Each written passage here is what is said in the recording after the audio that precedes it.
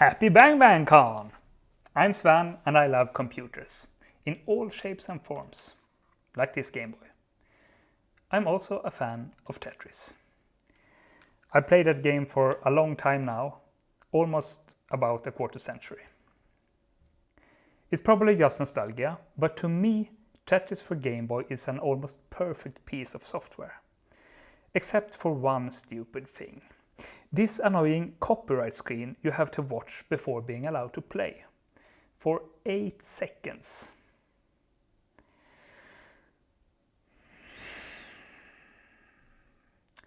Eight seconds is a pretty long time when all you want to do is play some Tetris.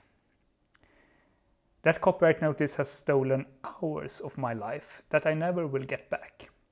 But maybe my girlfriend and I could save some precious time in the future. We have a traditional Tetris summer tournament every year. It's a friendly competition, nothing too serious, just for fun. When playing with friends, everyone's a winner, right? So anyway, I saw potential to save time and asked myself, is it possible to hack Tetris and get rid of that copyright screen forever? Well, spoiler alert, it is possible. I just had to spend countless hours learning the basics of reverse engineering first. That's what I did. I'm going to tell you a short reverse engineering story, and hopefully in about 8 minutes or so, you will know enough to get started hacking on your favorite Game Boy game. So, first of all, I learned as much as I could about the console itself. And there's a lot of information out there. I watched the Ultimate Game Boy talk by Michael Steele. He explains everything in that one. Highly recommended. The official programming manual is also floating around on the interwebs. I guess Nintendo is not too happy about that. And believe it or not, I learned some exciting and useful stuff from the American Game Boy patent. And after feeding my brain with all that information, my next step was to get the game from its physical game pack onto my computer.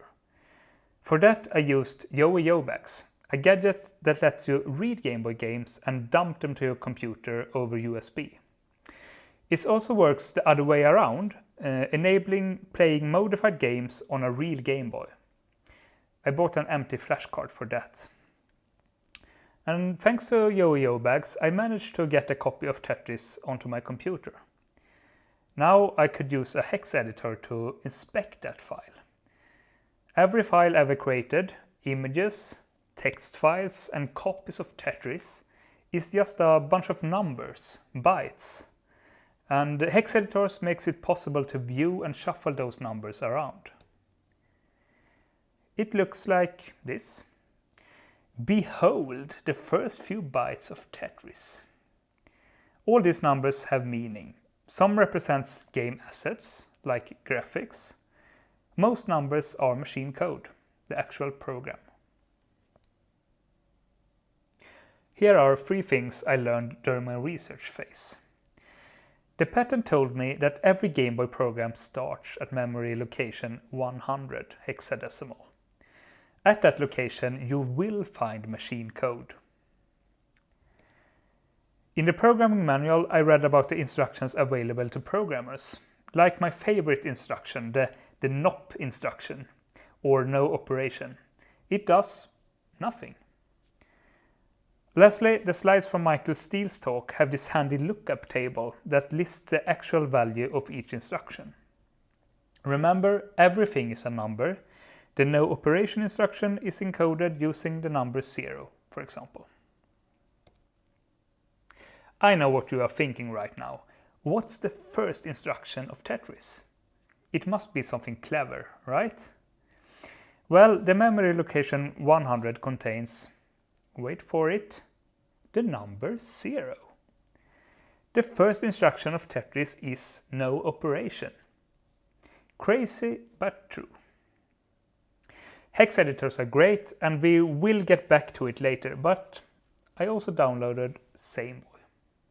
a cross-platform Game Boy emulator that comes with a debugger, memory inspector and other tools. It's an impressive piece of open source software. But before digging into SameBoy, I took a step back and came up with a theory. I knew two things about the copyright notice. That it shows for about 8 seconds and that you could skip ahead after about 4 seconds.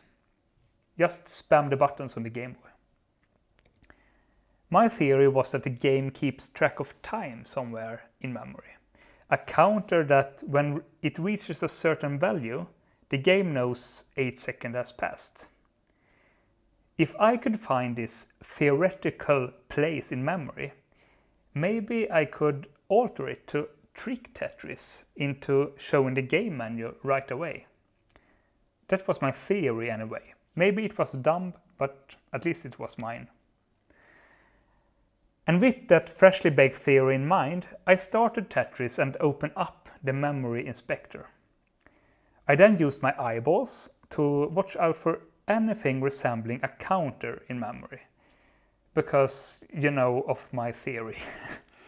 I saw nothing like that. Instead, my eyes fixated on the memory location here. I'm going to play back what I saw, so keep close attention to the highlighted memory. When the game first boots, the value is FB. It changes to 25 when the copyright notice shows up, and again after about 4 seconds. And then twice to 6, rapidly followed by 7. Those last two changes happens in sync with the copyright notice disappearing. It was not that counter I thought I would stumble upon, but maybe I had found something even better. My gut was telling me this memory location controlled game state. You know, when 25 is written to the location, show the copyright screen. On 6, show the game menu, and so on. So, bye-bye old theory, and welcome new theory. I was now convinced there must be a section in the original assembly source code looking something like this. The last two lines sets the current game state to the value 25, being the copyright screen. For fun, let's assemble this source code to actual machine code. It's just 8 bytes, and one of those bytes has the value 25, as one might expect. Now, let's pretend for a while that these exact bytes actually do exist in the Tetris binary. Then, couldn't I just make a change? Replacing 25 with 6, the game menu screen. That should trick Tetris into skipping the copyright notice. Let's go back to the hex editor and search for those bytes. And there's exactly one hit. Almost too good to be true. But back then I felt confident. This new theory was probably right. I made a change. I replaced number 25 with the number 6 and then saved the modified copy of the game. Back then, when this actually happened, I tested this version of Tetris in the emulator. But it's much cooler if I just use a real Game Boy. So I have my modified version of Tetris on this cassette. And now when I start up this Game Boy, I expect to see the Nintendo logo, but then be taken directly to the game menu. No copyright screen.